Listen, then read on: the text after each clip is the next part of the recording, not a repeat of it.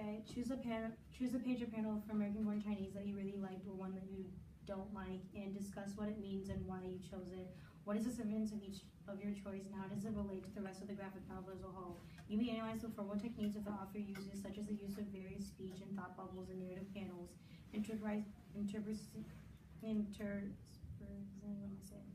characters frames with atmosphere frames, uses splattered, blurred, blended panels, and use of emanate and sound effects, and layout of different pages to use a different camera angles, etc. You may also discuss how the visual language conveys emotion, tone, characterization, and or other creative decisions made by G. Wang. Okay, so I chose a panel that I thought was just really interesting, was on page 87. And it was the first 3 panels on the page.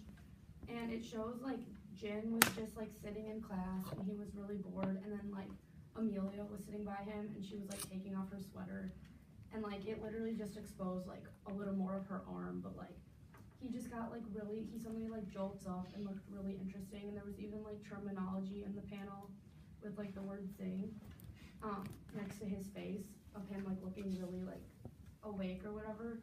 And I just think that that foreshadowed that Amelia was going to be a part of the story later on, but it also just showed a lot about Jin, that he clearly was just really I guess didn't have a lot of experience, even just being around girls in school or anything. And I liked that it kind of showed that, because it was, I don't know, I thought that was kind of funny how he got so intrigued just by that. I know there were other people in our class when we talked about that who thought that was really they didn't really like that part of the book, because it was kind of showing how he was I don't know the word, he was I don't know the word. How he just became so interested in her arms, and how that sexualizing? Yes. Yeah. How that was sexualizing her arms, and how it was just not an appropriate thing for school to for him to be interested in that. But I thought it was funny that and I thought that was a use of humor. I also had that page number, and I thought I kind of see your point, but I thought it was kind of I did not like that page, because it kind of talked about dress codes, I guess, and talked about how he sexualized her shoulder, and I thought it was kind of I thought it was over the top for the author to do that, because it's saying, oh, because he sees shoulders, he's interested in her. If I could just kind of touch on dress codes and how you can't show shoulders in school because boys will get too excited or whatever. Yeah. Shoulders though. No. I said my favorite part panel from the book or page was page 213 and or page 12. I can't talk. 212. Mainly because it was just shocking, and it just kind of tied the whole story together when you found out that the Monkey King was Chinky. And another thing you noticed, in the page it says on the other page it had laugh track that said ha ha ha on the bottom, and then this page says ha ha, and then asterisk, so it's just shocking. It's kind of hard to explain without you seeing it, but I don't know, you can see it. It's just see that, so. I chose the page number on page 114, panels 1 through 4. That shows that Chinky is getting discriminated based off what he's eating and wearing to school, which they felt was strange. The facial features of Chinky, buck teeth and squinted eyes, basically fit into the stereotypes that we assume they're looking. Adding on to what Connor said about a page that surprised me, I picked page 188. It was when Jin kissed Wei Chin's girlfriend. I didn't see it coming. So it just kind of took me by surprise. I thought it was a turning point in their relationships, and they're I didn't know what was gonna happen between them. Was he mad or upset or not talk to him? And also one page that I picked that I really liked was on page 121. And Danny was walking down the hallway, and a dude was making kind of a slant eye gesture to a girl, and he was laughing. And I thought it kind of showed and summed up how Danny was just kind of getting all the backlash and being associated with Chinky. I felt bad for him. So I really like how Jen went out with Amelia and stuff, but on page 178 and then to 183, when what's his name, Greg? See Craig, yeah. Yeah, when Greg was like telling him like, oh, can you not talk to her anymore and all this stuff. And then I liked how like Jen didn't listen to him, and like in the hallway he still went to go talk to Amelia, but then Greg popped around the corner. But I just kind of like liked that for some reason, because it kind of just shows how he feels less than them, and he feels like he's not a part, and how he lets Greg kind of just like overrule him and kind of stuff like that. So I just like that. A page that I really liked was page 150, and I think this is where I really like the panels personally, because that's when the Monkey King finally goes back to his original form as being kind of a small monkey, and basically looks like one.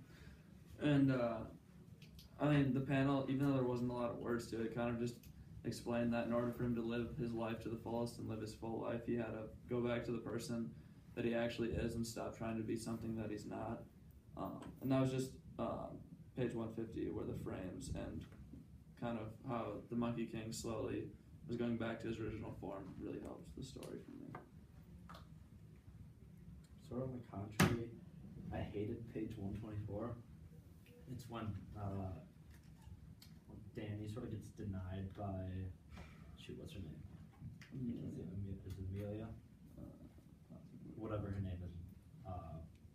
But it was just really frustrating because she talks about like him sort of having buck teeth, and she sort of brings up the stereotypes even though he's not Asian. It's sort of frustrating because like with Chinky being there, like he sort of thinks that's the reason that she sort of ended things, and she doesn't necessarily say that, but you can sort of tell that it's like right when he shows up and right when they start hanging out a ton is when she like loses interest in him, and it sort of all falls apart.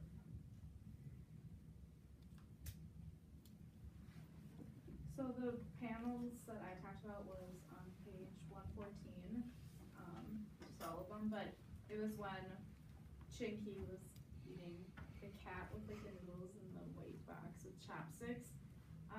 And in the panel before that, you could just see that like they were sitting at lunch and everybody was whispering behind them, and that I didn't notice that the first time I read through the book, but as I was looking back, I like noticed just how everybody was like they were making like throwing up gestures and, you know, like pretending that they were just like super grossed out and stuff.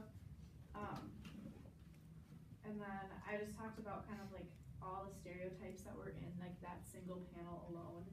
Just like Danny Pat, like he was just like the weirdest kid ever, and like he like even like as his cousin just like wasn't really accepting him. And this picture was like a close up of Chinky too, so it was trying to like show that he was like eating a cat and like nobody else was eating that. And the way that he was like through the thought bubbles when he like it showed his accent by saying like try instead of try, and also having yellow skin that made him look cartoonish, but I talked about that before. It just made him look a lot more different than the American kids, and they tried to like emphasize that. Yeah. That was mine.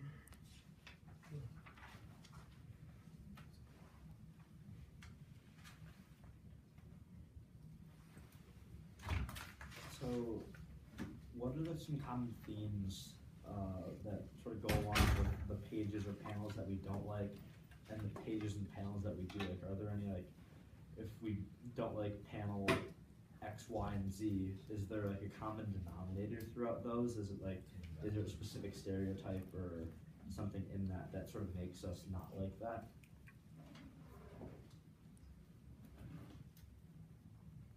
I mean, I don't know. I think it's kind of hard to say. I think it's almost just like personal opinion, personal preference on how you view something, and if maybe some of the panels do make some people feel uncomfortable, so they just don't like reading it as much, or they just think that the stereotype or what it's saying is so unrealistic that just doesn't make that much sense to them. But that's almost just personal, I think.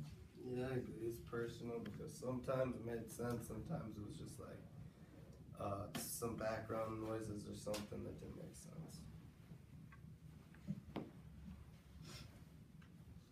I think for me, I thought a lot of the jokes in the book were just like really immature, and I don't know, just I can't like think of a specific example right now, but I just know like Pee in his drink. like yeah, like that stuff, and just like with like the whole monkey thing, like in the beginning, I just thought it was really immature, and I didn't see the message behind it, like in the beginning, obviously, just because he was introducing everyone. But then at the end, like, it shows that like there was a reason for what like everything that was said.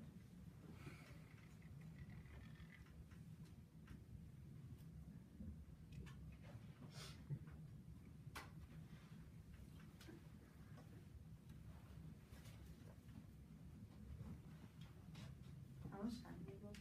You're at 10:30 right now. Got another question for us? Kind of, but it's not like totally formed up yet, so. Just one minute. Hmm? Never mind.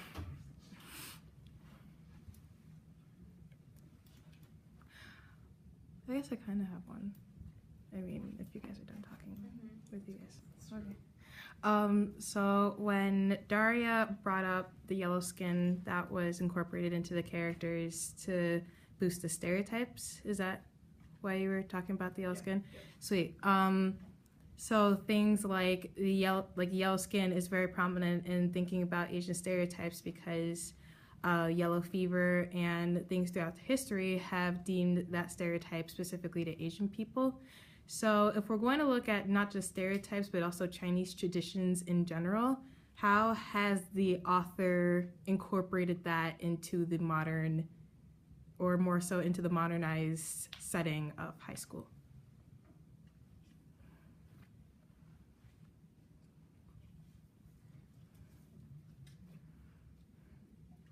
They end up having to change like who they are to fit in with everybody else because they grow up in a place in a home where like they spoke Chinese and had like their Chinese culture around them, and now he feels like he wants to change just to get a girl who will Chinese.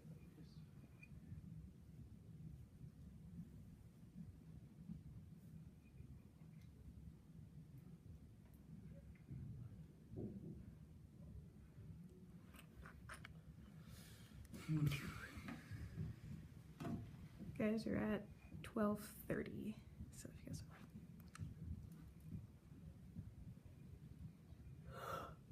Why do we think that Chinky's chapters was in a TV show? I still don't understand why that was.